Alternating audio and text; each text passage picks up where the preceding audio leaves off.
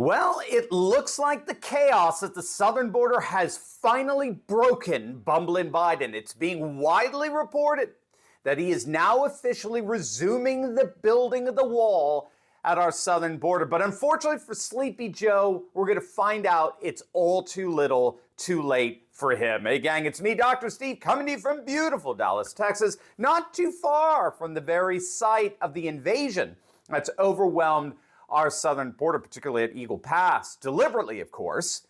The Biden administration wants the chaos. They want the invasion precisely because demographically, the Democrat voter is slowly but surely withering away. And so what better way of compensating for that demise than, in effect, importing voters, potential voters at least. And that's, of course, exactly what we're seeing at our southern border. But who would have ever thought that that strategy would itself be the unraveling of the Democrat Party? But that's precisely what's happening. As many of you know, unfettered illegal immigration has caused an unprecedented strain for a number of blue state public services after Texas Governor Greg Abbott brilliantly began busing tens of thousands, hundreds of thousands of illegal migrants to woke, virtue-signaling, self-proclaimed sanctuary cities.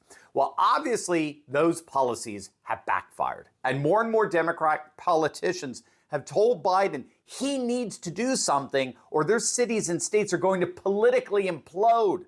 Their constituents are absolutely livid. And if the Democrats want to remain the dominant party in a number of states like New York and Illinois, then they had better get control over the southern border because the voters are ready to rebel. And so Biden's been left with no choice. With his own political coalition unraveling over this issue, the Biden administration announced that they are indeed reversing course and they are resuming the building of the wall at the southern border, even overturning a number of environmental regulations so as to expedite the process.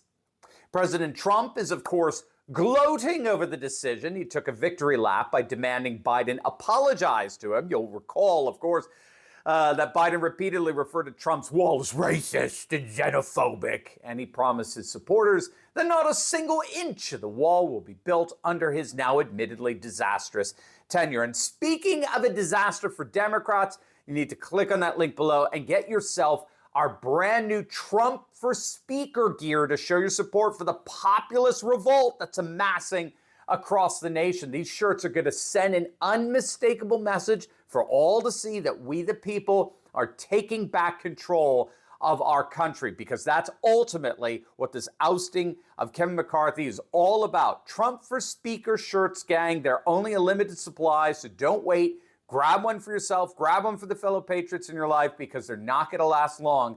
Click on that link below right now. But there is absolutely no question that this complete reversal on building the southern border wall is an open admission as to just how disastrous the Biden administration has been. And again, what's so ironic, it's being admitted openly by his own Democrat colleagues. New York Mayor Eric Adams, he's perhaps been Biden's most vocal critic when it comes to the southern border.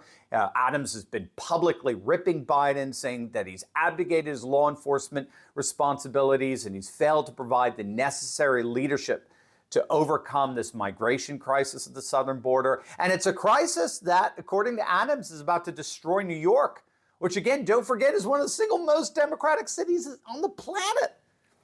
According to Eric Adams, half of Manhattan's hotels are currently occupied by illegal migrants. Let that hit you, 50%. Also, he's had to inflict budget cuts from city-funded spending and services in order to accommodate the illegal migrants. So all of this is to say that, ironically, the lawlessness of the Democratic Party is boomeranging against them. It's actually becoming the occasion of fissures and splits from within their own party, and it's being used as an excuse for once loyal Democrats to abandon ship and join up with the Republicans. Clayburgh County Attorney Kira Talib Sanchez, right here in Texas, she recently announced that she'd become a Republican after serving as a Democrat for 8 years, and she cited precisely the insanity at the southern border as the primary reason for her switching parties. And she ain't alone. A number of Democrat politicians in Texas have switched parties precisely because of the insanity and the chaos at the southern border. And on top of that, the voters are rebelling. Much of southern Texas, particularly the Rio Grande area that was always reliably blue, being upwards of 80% Latino, has been turning red of late. So all of this means is that Biden has been left with no choice. His party is literally unraveling over this single issue, and it's caused him to take extreme measures, well, extreme, of course, for the Democrats, to try to stop the bleeding. But it's too late. Poll after poll after poll shows that the vast majority of voters blame Biden for the chaos at the southern border. And more Democrats are resenting this deliberately manufactured chaos. They've absolutely had it with having to basically share their cities with hundreds of thousands of people who shouldn't even be there, see real estate prices continue to soar because there's now less housing and hotel space to meet the rising demand, and to see their social services literally cut for tax-paying citizens in order to accommodate and pay for the needs of non-taxpayers. I mean, even the bluest of blue voters had it. Biden's brought his own party to the brink, to the breaking point, and now it's breaking him. Who would have ever thought it would be bumbling Biden who ended up finishing the wall? Hey gang, I know what it's like to feel alone out there in these turbulent times, but I broke free. If you too have been looking for a community with like-minded patriots who are serious about resisting globalism, building a parallel economy, and having intelligent and deep fellowship on a regular basis, then you've come to the right place. In my Courageous Patriot Insiders community, we're building a close-knit movement of, by, and for patriots who are breaking free from the outrage and despair cycles of the mainstream media and taking on the fight against globalism. Every week, I deep dive into the content I can't share on big tech and give you the cliff notes on the truth of how patriots just like you are building up their communities, starting patriot businesses, and fighting the woke in both public and private. All with a few history and political lessons from yours truly, of course. If you want to stop feeling alone as a patriot and stand together with this fast-growing community, be sure to click on the link in the description below. Don't wait. Join me and my Patriot Coalition today, and let's get fighting.